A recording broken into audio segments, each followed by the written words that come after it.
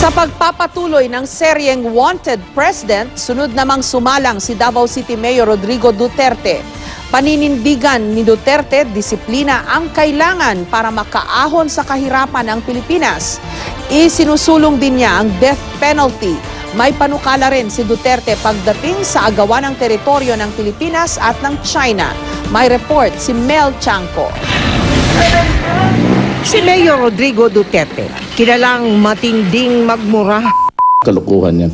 Aminadong babaero at higit sa lahat, wala raw siyang takot pumatay ng tao. Kaya akin siyang tinanong.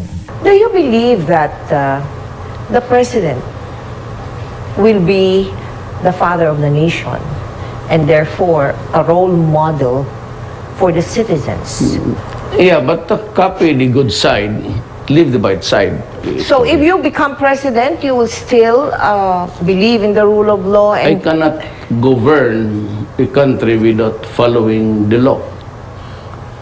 And if I break the law and everybody follows it, then we will have chaos and maybe anarchy in this country. Diretsahang inaamin ni Duterte na meron na siyang mga kriminal na binaril o ipinapatay. Pero itinanggi niya ang kanyang kaugnayan sa tinaguriang Davao Death Squad, isa umanong vigilante group na pumapatay sa mga kriminal. so does that mean that there is truth to what some human rights groups have been saying, that you have a Davao Death Squad? No, I do not have it. You don't have It's a any? regular police actually. Yung Regular masabi nilang patayan, hindi yan amin. Isang malaking hakbang daw ang kailangan gawin ng gobyerno patungo sa pagbabago. Why did you say that if you become president, no, you will invite some leftists into your Iba government? yan. Inclusive. Lahat M-I-M-N. All inclusive. All of them. In what positions? Governance. Governance. It would be silly to place them there without the power of governance. And the purpose, the main purpose is? Peace. Ang susi raw sa kahirapan, disiplina. But what about, yung pagparami ng mga trabaho sa tao? Ang That's why you have to invest.